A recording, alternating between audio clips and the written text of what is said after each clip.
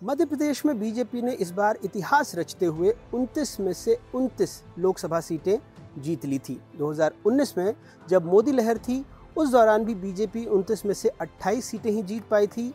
एक छिंदवाड़ा की सीट वो अपने नाम नहीं कर पाई थी, लेकिन इस बार कमलनाथ के और कांग्रेस के किले को जो छिंदवाड़ा में है उसे भी बीजेपी ने ढहा दिया है और ये कारनामा किया है 1.3% वोट के इजाफे के साथ। कांग्रेस इस बार कोई सीटें जीतने में कामयाब नहीं रही है और उसका जो वोट प्रतिशत है वो भी 2.1% घट गया है। ये कैसे हुआ? 2 सीटें कांग्रेस जीत सकती थी, लेकिन मेरे पीछे जो आप बोर्ड देख रहे हैं बहुजन समाज पार्टी का, वहाँ एक अहम रोल बहुजन समाज पार्टी ने और मायावती जी ने, उनकी एक अहम भूमिका रही है।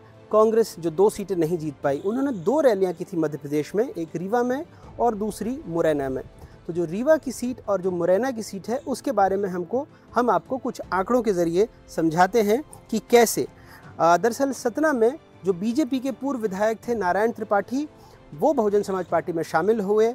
दोपहर में वो बहुजन समाज पार्टी में शामिल हुए और शाम को पार्टी ने उनको टिकट दे दिया। तो सतना की सीट पर जो बीजेपी के उम्मीदवार हैं गणेश सिंह, 5वीं दफ़े सांसद बन गए हैं। वो जो उनके मतों का प्रतिशत है, जो जीतने का प्रतिशत है, अगर आप बाकी के उम्मीदवारों से मध्य प्रदेश के बीजेपी के देखें तो वो थोड़ा कम है, वो 84,000 वोटों से जीते हैं।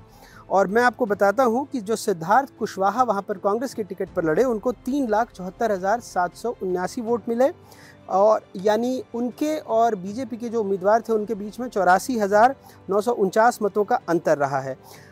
सतना की सीट से कुल 19 उम्मीदवार मैदान में थे, लेकिन जो मैहर से बीजेपी के पूर्व विधायक जो बहुजन समाज पार्टी की टिकट पर सांसद का चुनाव लड़े, उन्होंने सबसे ज़्यादा नुकसान किया क्योंकि उनको 1,25,618 मत मिल गए। और जो मुरैना की हम बात कर रहे थे, जहां पर मायावती जी ने एक रैली को भी संबोधित किया था, वहां जो रमेश गर्ग थे बीएसपी के, उनको 1,85,618 वोट मिले। और जो बीजेपी के उम्मीदवार हैं शिवमंगल सिंह तोमर, उन्हें 52,530 वोट से वो जीते।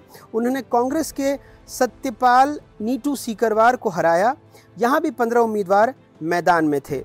तो आप देखिए कि ये जो दोनों फासला है ये लगभग 2.25 लाख वोटों का रहा, लेकिन 2 और सीटें हैं जहाँ बीएसपी के उम्मीदवार को 1 लाख से ज़्यादा वोट मिले। वैसे यहाँ पर हार जीत का फासला बहुत बड़ा था क्योंकि खजुराहो में जो इंडिया गठबंधन है उनका कोई उम्मीदवार ही नहीं था, उनका पर्चा निरस्त हो गया था। तो खजुराहो में बीएसपी को 2,31,545 वोट मिले, जबकि रीवा चौथी ऐसी सीट रही जहां बीएसपी उम्मीदवार ने 1 लाख से अधिक यानी 1,17,221 वोट हासिल किए हैं।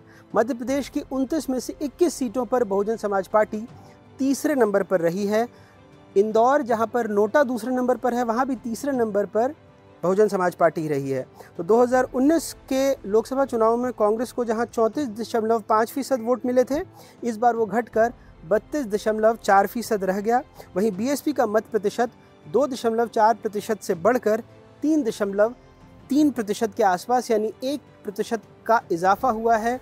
बीएसपी कोई सीट नहीं जीत पाई है, लेकिन फिर भी जैसा मैंने आपको बताया कि सतना और मुरैना 2 सीटों पर उसने खासा नुकसान पहुंचाया है। उसके उम्मीदवारों ने लगभग 2.25 लाख वोट हासिल किए हैं और जो जीत और हार का अंतर है, मुरैना में तो सबसे कम अंतर से जो बीजेपी है वो जीत पाई है, तो वो अंतर काफ़ी कम है। तो ये एक अहम निर्णायक रहा है बहुजन समाज पार्टी का जो मत प्रतिशत मिला है। वैसे भी जो मध्य प्रदेश के 2 इलाके हैं, खास करके विंध्य और ग्वालियर, चंबल, बुंदेलखंड, इन इलाकों में ठीक ठाक प्रभाव है बहुजन समाज पार्टी का। वो कोई सीट ना जीत पाई हो, लेकिन इतने बड़े मत प्रतिशत के साथ उसने नतीजों पर तो ज़रूर असर डाला है।